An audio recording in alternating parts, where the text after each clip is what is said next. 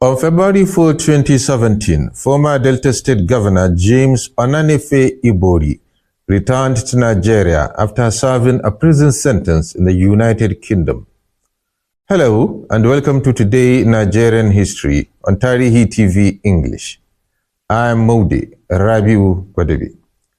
James Ibori spent 4.5 years in a UK prison after being convicted of stealing an estimated $250 million from the treasury of Delta State during his time as governor.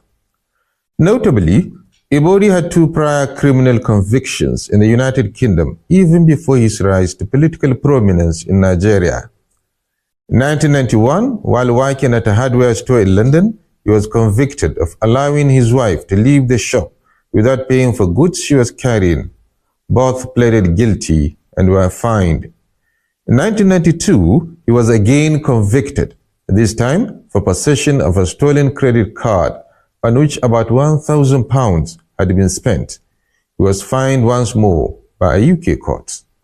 Following these convictions, Ibori returned to Nigeria and entered politics. After the collapse of General Ibrahim Babangida's transition program, he resurfaced as a public policy consultant to the military government of General Sani Abacha. After Abacha's death, Ibori joined the People's Democratic Party (PDP) and was elected governor of Delta State, serving 2 terms between 1999 and 2007. It was during his 8 years in office that Ibori amassed vast wealth and acquired properties across several countries. In August 2007, 3 months after he left office, British authorities froze assets linked to him worth about $35 million and arrested his wife at Heathrow Airport for questioning.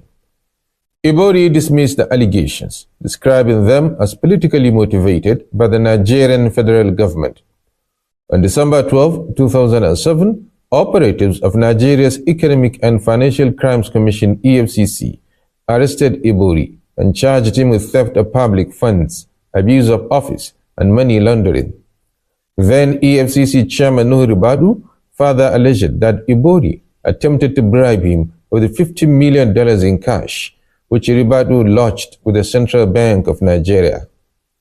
However, on December 17, 2009, a federal high court sitting in Asaba, Delta State, discharged and acquitted Ibori of all 170 corruption charges filed against him. The EFCC appealed the ruling, and in April 2010, fresh charges alleging the embezzlement of $226 million were filed.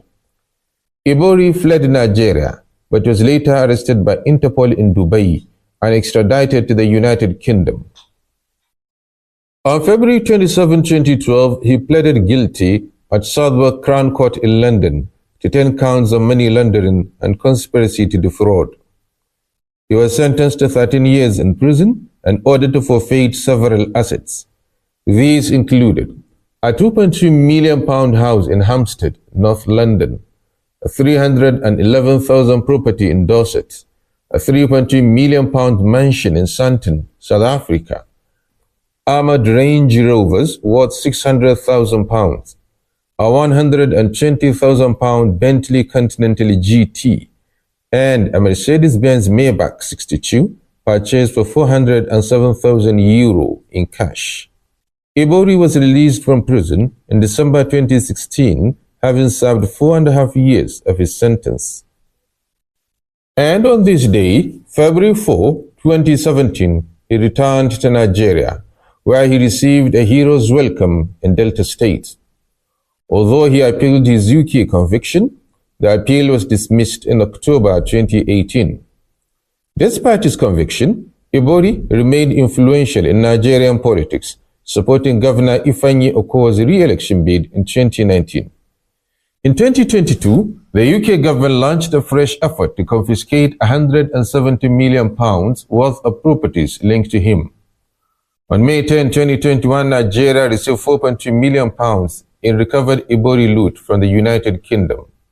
In 2022, Ibori fell out with Governor Okowa over the choice of a successor. On July 1, 2023, a UK court ordered him to repay $130 million or face a possible 10-year prison sentence. By August 2024, he was publicly receiving birthday greetings from President Bola Ahmed Tinubu. And in October 2025, Senate President Godswill Akpabio openly praised him on the floor of the Senate while escorting newly elected senators from Delta State. For more stories on the major event that shaped Nigeria's past, follow Tarihi TV English on YouTube, Facebook, and TikTok.